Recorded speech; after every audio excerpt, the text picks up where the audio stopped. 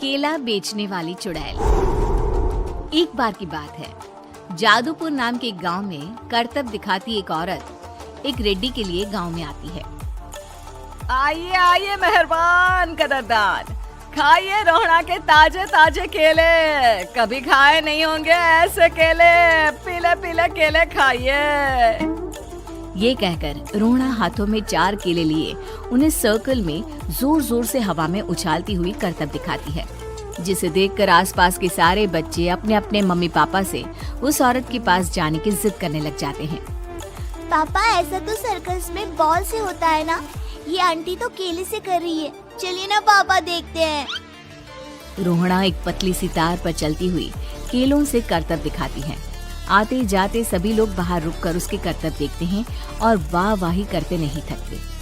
जैसे ही एक आदमी पास आकर उसे पैसे देने लग जाता है, तब वो कहती है, अरे नहीं नहीं साहब, मैं करतब तो बच्चों के मन को बहलाने के लिए करती हूँ, धंधा तो मेरा केले का है।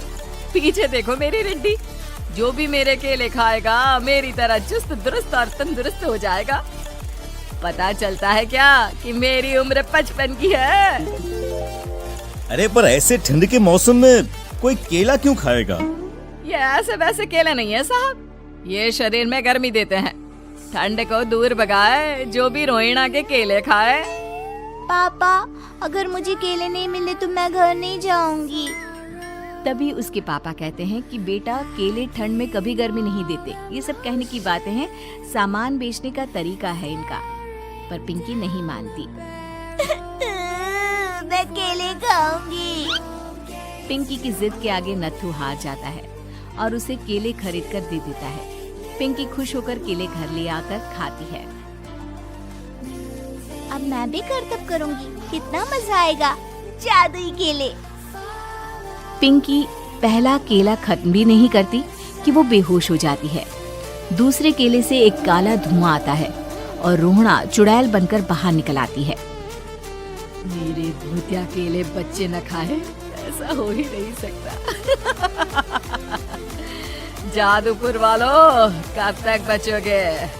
आ गई हूँ मैं रोहड़ा, जिसका कोई नहीं कर सकता सामना।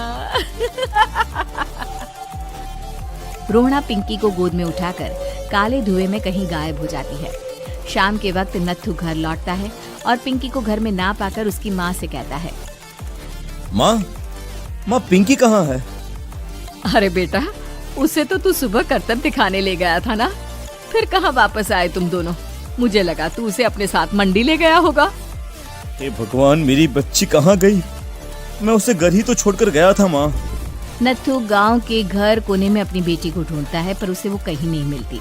परेशान होकर आके रो रो कर नत्थू हिम्मत हार कर घर लौट आता है। अगली सुबह रोहड़ा फिर से करतब दिखाने आती है और इस बार पिंकी की तरह रोनी केले खरीद लेता है। 50 रुपए दिए थे पापा ने, सारे पैसों के मैंने केले खरीद लिए हैं। अब मैं भी आंटी की तरह ही करतबबाज बन जाऊंगा। यही सोचते हुए रोनी केले खाता है और पहला अकेला केला आधा खत्म भी नहीं करता कि चुड़ैल उसके सामने आ जाती है। मेरे साथ चलने का समय आ गया है रोनी। ये तो बस शुरुआत है। अब इस गांव के सारे बच्चे धीरे धीरे मेरे कब्जे में होंगे, एक बच्चा भी नहीं बचेगा। ये कहकर रोना रोनी को गोद में लेकर काले धुएं में अदृश्य हो जाती है। इसके बाद हर रोज गांव में से कोई ना कोई बच्चा गायब होता, पर ऐसा क्यों हो रहा है किसी को भी समझ में नहीं आ पा रहा था। रोज की तरह अपनी बेटी पिंकी की तलाश में नत्थू गांव के एक तालाब के पास बैठा रो रहा था। कहाँ गई मेरी पिंकी? शकुंतला के जाने के बाद एक वही तो मेरा सहारा थी।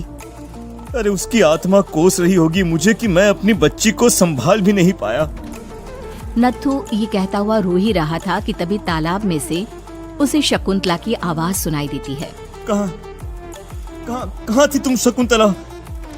हमारी बच्ची और सारे गायब हुए बच्चे रोहड़ा के कब्जे में हैं। वो बच्चों को जो केले देती है उससे बच्चे बेहोश हो जाते हैं और उसके कब्जे में आ जाते हैं और वो उन्हें ले जाकर काली दुनिया में ले जाती है। पर वो ऐसा क्यों कर रही है? ये मैं नहीं जानती। पर उस दुनिया का रास्ता मैं आपको बता सकती हूँ। जहाँ ये नदी खत्म होती है वहाँ एक केले का पेड़ है, उसके नीचे एक दरवाजा है, वहीं से रास्ता जाता है उस दुनिया का। ये कहकर शकुंतला की आत्मा गायब हो जाती है। गांव के सभी लोग झुंड बनाकर उसी रास्ते से काली दुनिया में चले जाते हैं और वहाँ देखते हैं कि सारे बच्चे वहाँ काम कर रहे थे। पापा मुझे ले चलो यहाँ से। पापा पापा। सभी बच्चे अपने मम्मी पापा से लिपट जाते हैं। तो तुम लोग यहाँ तक आ गए? क्यों हमारे बच्चों को पकड़ लिया तूने? तुझे शिकार ही बनाना है तो ले, हम सब आ गए हैं, हमें खा ले। नहीं, मुझे बच्चे चाहिए। मेरे बच्चे के बदले तुम लोगों के बच्चे। क्या मतलब? मैं इसी गांव में रहने वाली एक औरत थी। केले की चोरी के इल्जाम में मेरे बेटे को गांव वालों ने इतना मारा कि वो मर गया। उसी दिन मैंने ठान लिया कि गांव वालों का भी वही हाल करूंगी। कुछ दिन बाद बेटे के चले जाने के दुख में मैं भी मर गई और मेरी भटकती आत्मा एक चुड़ैल बन गई। और फिर मैंने बदला लिया तुम सबके बच्चे छीनकर। बर्दाश्त नहीं कर पाए ना, सोचो मुझ पर क्या बीती होगी। हमें माफ कर दो रोना। पता नहीं ये किसकी गलती थी, पर हम सभी माफी मांगते हैं। हमारी खुशियाँ लौटा दो, तुम भी तो एक माँ हो। गांव वालों की बात सुनकर रोना का मन पिघल जाता है और वो बच्चों को छोड़ देती है। उसके बाद काली दुनिया बच्चों के लिए जादुई दुनिया बन जाती है।